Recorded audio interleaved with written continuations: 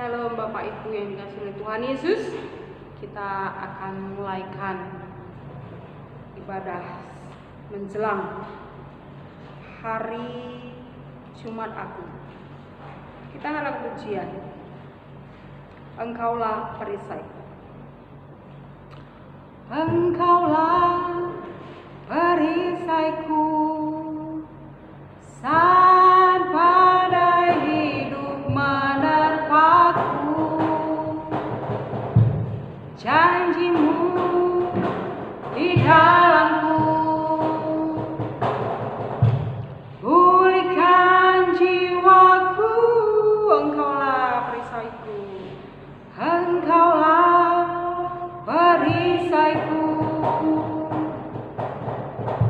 saat badai hidup menerpaku.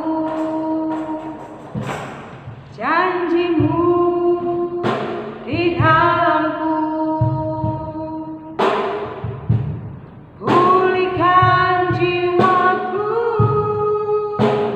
Ku kan berdiri di tengah badai dengan kekuatan yang Kau berikan. Sampai kapanpun ku kan bertahan, karena Yesus selalu menopang. Bukan berdiri di tengah badai dengan kekuatan yang Kau berikan. Sampai kapanpun ku kan bertahan, karena Yesus selalu menopang. Ku kan berdiri di tengah badai dengan kekuatan yang Kau berikan. Sampai kapanpun ku kan bertahan, karena Yesus selalu menopang. Karena Yesus selalu menopang.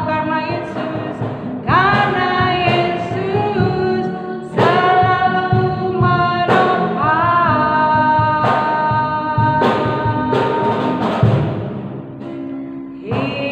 hidupku. Haleluya. Terima kasih ya Tuhan, kami percaya Engkau Tuhan yang selalu menopang hidup kami, dan kami tahu Engkau Tuhan tidak akan membiarkan kami Bapa sendirian. Tuhan Yesus, biarlah Engkau Allah yang memimpin kehidupan kami, memberikan pemahaman akan kebenaran firman-Mu. Terpujilah Engkau Allah yang luar biasa. Di dalam nama Tuhan Yesus Kristus kami berdoa. Haleluya. Amin. Bapak Ibu yang dikasihi oleh Tuhan Yesus Kristus, saudara yang kasih, kita mau melihat peristiwa menjelang Jumat Agung. Kalau minggu kemarin, bahwasanya kita merayakan saudara kita, yaitu Minggu Palem, ya, dikenal dengan Minggu Palem, di mana Yesus disambut dengan pohon-pohon ataupun ranting-ranting dahan ataupun daun daripada pohon palem tersebut di Yerusalem, sesuai dengan Yohanes 12 ayat yang ke-13. Karena itu merupakan satu lambang nasional dari bangsa Yahudi yang melambangkan tentang kemenangan dan kegembiraan. Kamis dinyatakan Kamis Putih. Kenapa Kamis Putih? Karena pada saat Kamis inilah diadakan perjamuan di antara murid-murid Tuhan Yesus dengan Yesus sendiri. Dan setelah perjamuan itu, Tuhan Yesus mengadakan di Taman Getsemani doa, dan sampai akhirnya Tuhan Yesus menghadapi yaitu proses penangkapannya dari pasukan Romawi.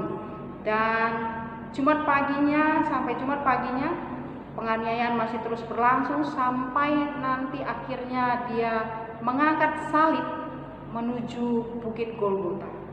Lalu kita memperhatikan lagi nanti setelah adanya penangkapan, ada proses pengadilan dari Pilatus ke Herodes, dari Herodes ke Pilatus kembali, ya, yang dimana nanti akhirnya ada keputusan untuk menyalibkan Yesus. Saudara yang dikasihi dalam nama Tuhan Yesus, kita melihat bahwasanya bagaimana kebenaran itu seakan-akan musnah ataupun tidak ada kebenaran, oleh sebab ketidakbenaran lebih banyak dimunculkan ataupun dinyatakan. Dalam Lukas 23 ayat yang ke-15 sampai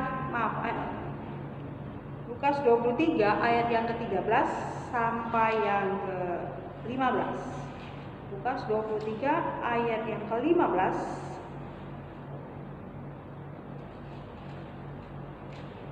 Lukas 23 ayat yang ke-13 sampai yang ke-15. Di situ dikatakan, lalu Pilatus mengumpulkan imam-imam kepala dan pemimpin serta rakyat dan berkata kepada mereka, kamu telah membawa orang ini kepadaku sebagai seorang yang menyesatkan rakyat.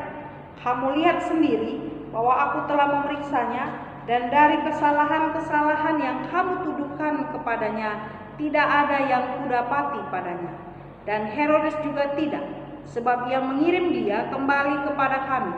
Sesungguhnya tidak ada suatu apapun yang dilakukannya yang setimpal dengan hukuman mati. Jadi kalau kita lihat di sini bahwasanya Pilatus tahu bahwa Yesus tidak bersalah. Bahkan istrinya sendiri pun mengingatkannya. Itu sudah dinyatakan dalam Matius 27 ayat 18 sampai yang ke-19. Matius 27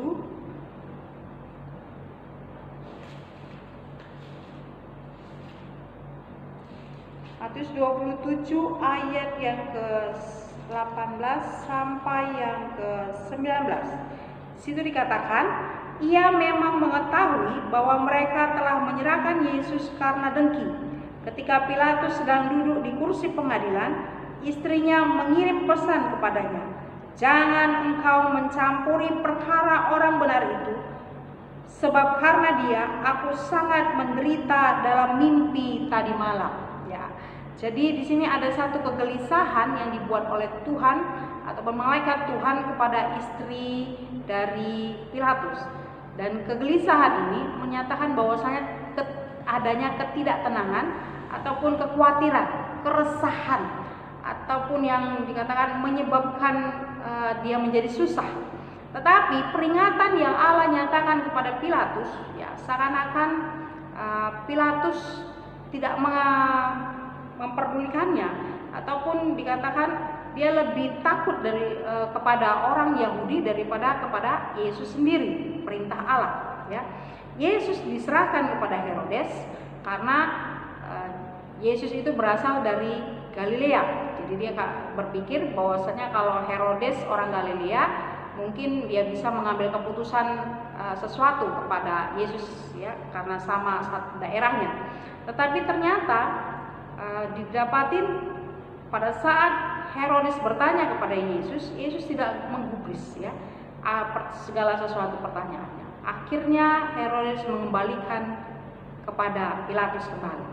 Kalau kita lihat di sini perjalanan Yesus pada saat proses pengadilannya, Yesus itu seakan-akan menjadi bulan-bulanan, ya, dari Pilatus, ya. Dia serahkan kepada Herodes karena dia mau tahu bagaimana keputusan daripada Herodes, karena dia sendiri pun, Pilatus sendiri pun tidak tahu bagaimana harus memberikan satu keputusan. Kita akan lihat bahwasanya ada 3 kesalahan daripada Pilatus, yaitu yang pertama dalam Yohanes 19 ayat yang keempat, di situ lebih jelas bahwasanya dia sudah mengetahui Yesus itu memang tidak bersalah. Yohanes 19 ayat yang keempat. Yohanes 19 ayat keempat dikatakan, Pilatus keluar lagi dan berkata kepada mereka, lihatlah, aku membawa dia keluar kepada kamu, supaya kamu tahu bahwa aku tidak mendapati kesalahan apapun padanya. Jadi sudah jelas di situ Pilatus tahu Yesus tidak bersalah, tetapi Pilatus tidak berani mengambil keputusan. Padahal kalau dia tahu pada saat itu dia adalah orang-orang yang memiliki otoritas, ya, ataupun kekuatan diplomatik orang bilang, ya. Jadi artinya dia bisa mengambil keputusan dan orang lain ataupun orang-orang di sekitarnya harus mendukungnya. Tapi ternyata yang terjadi, Pilatus tidak bisa mengambil keputusan, ya. Itu yang pertama. Dia tahu kebenaran, tetapi dia tidak bisa mengambil keputusan. Lalu yang kedua kita lihat Yohanes 19 ayat yang ke-10 sampai yang ke-11. Yohanes 19 ayat 10 sampai 11, maka kata Pilatus kepadanya, tidakkah engkau mau bicara dengan aku? Tidakkah engkau tahu bahwa aku berkuasa untuk membebaskan engkau dan berkuasa juga untuk menyalibkan engkau? Yesus menjawab, engkau tidak mempunyai kuasa apapun terhadap aku, jikalau kuasa itu tidak diberikan kepadamu dari atas. Sebab itu dia yang menyerahkan aku kepadamu lebih besar dosanya. Sini kita lihat kesalahan daripada Pilatus adalah menganggap dirinya lebih berkuasa dari Allah, menyombongkan diri sampai dia katakan, tidakkah engkau tahu bahwasanya aku sanggup membebaskan engkau dan aku sanggup untuk menyalibkan engkau? Tapi Yesus berkata, apakah engkau tidak tahu aku tidak takut kepadamu? Yang berkuasa untuk membebaskan aku adalah yang di atas, ya. Engkau tidak berkuasa atas diri. Jadi saudara yang kasih dalam nama Tuhan Yesus, di sini ada kesombongan yang luar biasa, menganggap bahwasanya dirinya lebih berkuasa daripada Allah. Lalu kita lihat yang ketiga, yaitu Matius 27 ayat yang ke-24. Matius 27 ayat yang ke-24.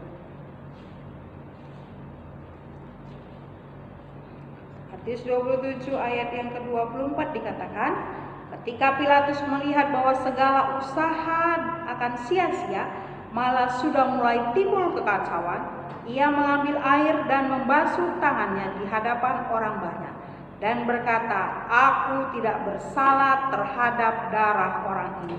Itu urusan kamu sendiri. Saudaraku yang kasih dalam nama Tuhan Yesus, hal yang ketiga yang dilakukan oleh Pilatus adalah tidak mau tahu, melepaskan tanggung jawab. Hati-hati Bapak Ibu saudara yang kasih.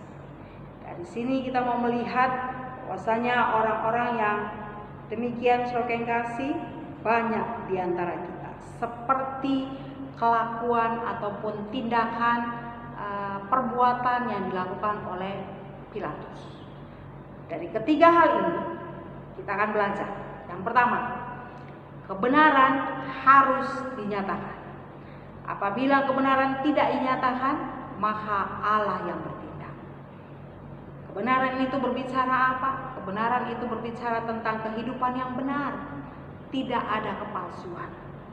Contohnya, ketika orang melihat mungkin kita sepertinya hidupnya kudus, tetapi ketika tidak kelihatan kita melakukan hal-hal yang tidak berkenan. Hidup kita seperti orang-orang dunia yang tidak mengenal Tuhan. Berarti saudara yang kasih, kita sedang menyimpan kepalsuan. Ataupun juga saudara yang kasih, kehidupan yang benar itu meliputi tentang bekerja dengan benar. Bekerja dengan benar ini berarti tidak menipu orang ataupun tidak memanfaatkan orang lain. Benar-benar melakukan hal-hal yang baik, bukan hanya untuk dirinya, tetapi juga untuk orang lain. Lalu kehidupan benar ini saudara yang kasih berbicara bahwasanya dimanapun kita berada, kita harus bisa hidup berdamai dengan semua orang. Ya, jangan merasa benar. Ya, hidup berdamai dengan semua orang berarti artinya kita bisa membawa kedamaian dimanapun kita berada. Ya. Para pelayan-pelayan Tuhan juga harus hidup bersekutu dengan Tuhan. Ya, bukan asal melayani, Begitu juga dengan hamba-hamba Tuhan, jangan hanya berorientasi kepada materi, tetapi benar-benar hidup bergantung sepenuhnya kepada Tuhan. Pilatus menyatakan satu perilaku yang tidak benar kepada kita, dan ketidakbenaran itu harus dihancurkan. Harus kita melakukan proteksi atas sikap-sikap yang tidak berkenan di hadapan Tuhan. Anak-anak Tuhan harus bisa menunjukkan hidup benar di hadapan Tuhan. Lalu yang kedua, jangan menyombongkan diri. Di dalam Amsal 16 ayat yang ke-15 dikatakan setiap orang yang tinggi hati adalah kekejian bagi Tuhan, dan sungguh ia tidak akan luput dari hukuman. Jadi artinya orang-orang yang sombong pasti mendapatkan hukuman daripada Tuhan. Oleh sebab itu, jangan pernah menyombongkan diri. Harta, kecantikan, jabatan, kepintaran, semuanya akan lenyap. Ya, semua unsur-unsur dunia ini akan hancur.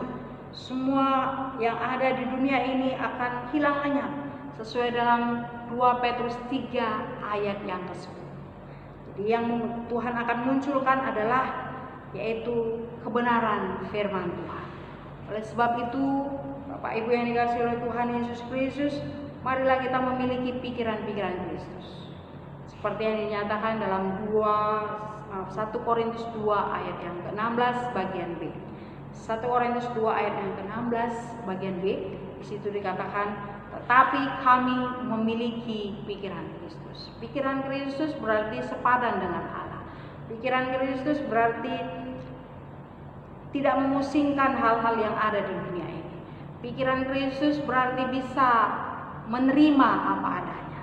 Jadi tidak ada kesombongan dalam kehidupan kita.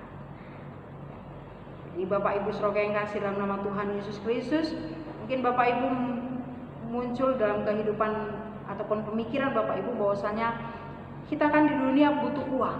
Semua orang butuh uang. Dalam segala sesuatu dibutuhkan uang. Dalam pelayanan juga membutuhkan uang. Tetapi itu bukan menjadi hal yang mendasar.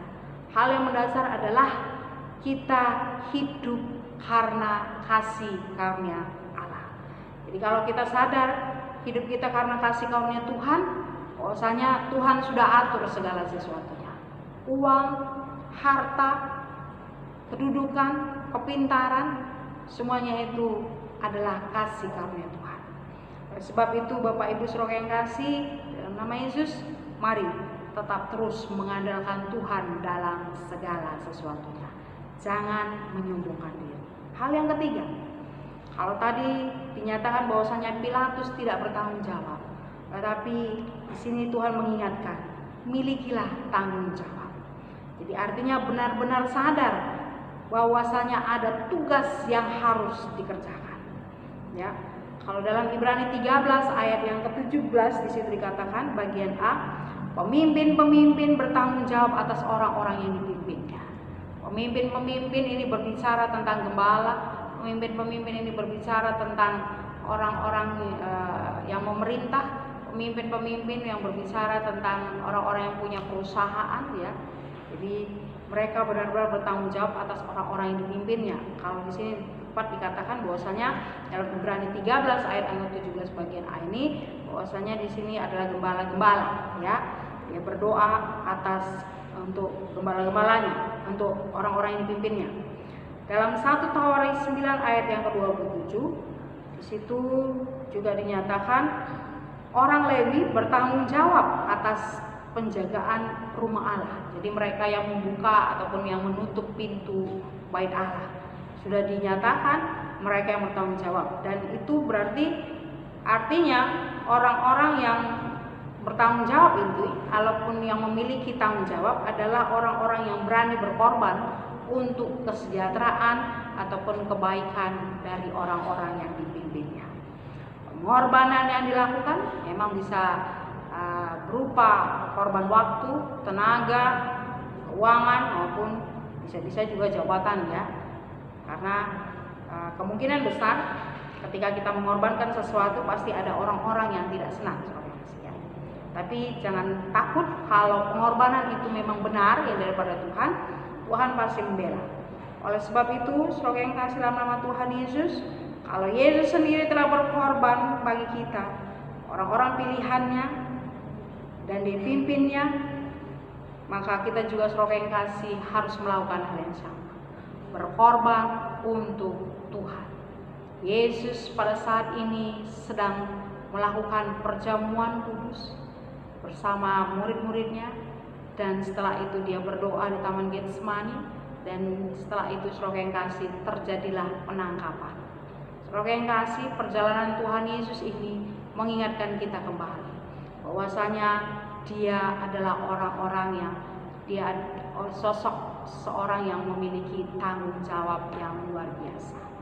Dan sebab itu Bapak Ibu yang dikasihi oleh Tuhan Yesus Kristus, mari kita lakukan seperti yang Tuhan lakukan.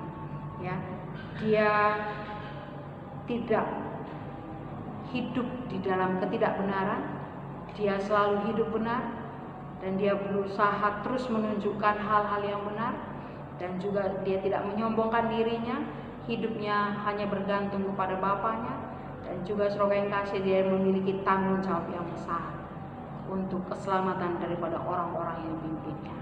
Dia mau menyerahkan dirinya, dia mau mati di kayu bukit Golgota supaya saudara dan saya diselamatkan. Begitu besar pengorbanan Tuhan yang luar biasa. Oleh sebab itu Bapak Ibu yang dikasihi oleh Tuhan Yesus Kristus, biarlah malam ini mengingatkan kita bahwasanya pengorbanan Tuhan itu, hal-hal yang dia alami, perjalanannya besoknya untuk menghadapi penyiksaan yang luar biasa, ini menjadi satu pedoman dalam kehidupan kita. Yesus sudah banyak berkorban bagimu. Oleh sebab itu, mari kita tunjukkan bahwasanya kita juga harus bisa berkorban untuk Tuhan. Tuhan Yesus memberkati Bapak Ibu saudara yang kasih. Biarlah hidup kita semakin hari semakin berkenan di hadapan Tuhan. Kita angkat lagu pujian, Kau telah buktikan cintamu padaku. Kau telah buktikan cintamu padaku. Kau membayarku dengan hidupku. Ku bersyukur yang ada padaku, semuanya milikmu. Ku persembahkan seluruh hidupku di mezbahmu. Kau telah buktikan, kau telah buktikan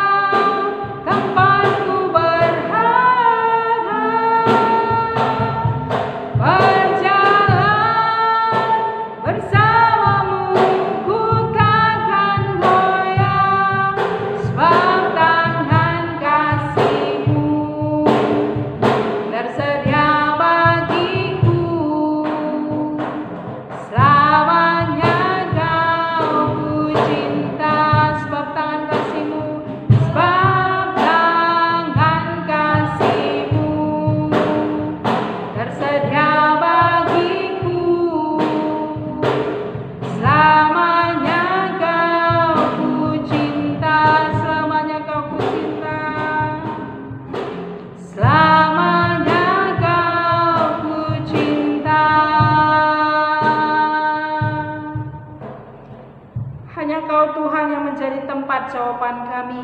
Selamanya kami mencintai Engkau ya Allah.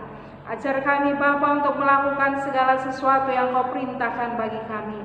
Biarlah kami semakin hari Bapa hidup benar di hadapan-Mu dan tidak menyombongkan diri kami ketika kami Bapa memiliki kelebihan di antara orang lain. Dan bahkan juga Tuhan, biarlah kami memiliki tanggung jawab yang besar ketika Engkau Tuhan memberikan kami Bapa satu tanggung jawab yang harus kami kerjakan. Terima kasih Tuhan Yesus Allah yang luar biasa. Biarlah kebenaran firman-Mu ini Tuhan yang membuat kami Bapa semakin hari semakin mengerti akan kehendak-Mu dalam kehidupan kami, mengampuni segala dosa dan kesalahan kami. Kami berdoa Tuhan untuk seluruh sidang jemaat-Mu, baik di Cilacap maupun di Kampung Laut. Berkati mereka semua, nyatakan damai sejahtera-Mu Bapa dalam kehidupan mereka. Biarlah mereka boleh melihat Tuhan anugerah-Mu Tuhan yang besar. Ketika mereka Bapa menghadapi permasalahan ini, kami percaya Engkau Tuhan yang sanggup melepaskan mereka dari segala sesuatu yang mengikat mereka pada saat hari ini. Terima kasih Tuhan Yesus. Kami serahkan hidup mereka Bapa dalam tangan-Mu, memberkati segala usaha pekerjaan mereka. Bahkan saudara-saudara kami yang sakit, mari Tuhan Kau pulihkan keadaan mereka. Di dalam nama Tuhan Yesus Kristus, ketika mereka Bapa berseru dan berharap sepenuhnya kepadamu, kesembuhan itu Bapa berlangsung bagi mereka. Terima kasih Tuhan Yesus. Kami serahkan juga Tuhan untuk daerah kami Cilacap dalam tangan Tuhan, untuk bangsa dan negara kami, untuk setiap kota-kota Bapa yang hari ini Tuhan mengalami zona merah. Di dalam nama Tuhan Yesus Kristus, nyatakan Tuhan pertolongan dan perlindungan-Mu yang luar biasa bagi kami yang percaya kepadamu. Kami percaya Tuhan, Engkau Tuhan sudah mengerjakan hal yang besar bagi kami, dan kami percaya sesuatu yang besar itu sudah kami peroleh di dalam Engkau. Terpujilah Engkau Allah yang baik. Berkati Tuhan pemerintahan Bapak Jokowi dan semua para menteri yang ada, wakil presiden, bahkan juga Tuhan dari gubernur, bupati, camat, lurah, RT, RW, bahkan juga Tuhan untuk aparat keamanan, dan begitu juga Bapak untuk para medis yang selalu bekerja Tuhan, para dokter. Biarlah Engkau Tuhan yang memberikan mereka hikmat yang daripada-Mu. Kami percaya tepat pada waktu-Mu Tuhan, Engkau Tuhan akan memberikan mereka Bapa satu solusi yang baik daripada-Mu, sehingga penanganan COVID ini Bapa cepat terselesaikan dengan baik. Terima kasih Tuhan Yesus. Tiada yang mustahil bagi nama-Mu. Biarlah setiap keluarga lepas keluarga, semua orang-orang kudus-Mu boleh mengandalkan Engkau Tuhan dalam segala sesuatunya. Terima kasih Tuhan Yesus. Kami serahkan hidup kami dalam tangan-Mu.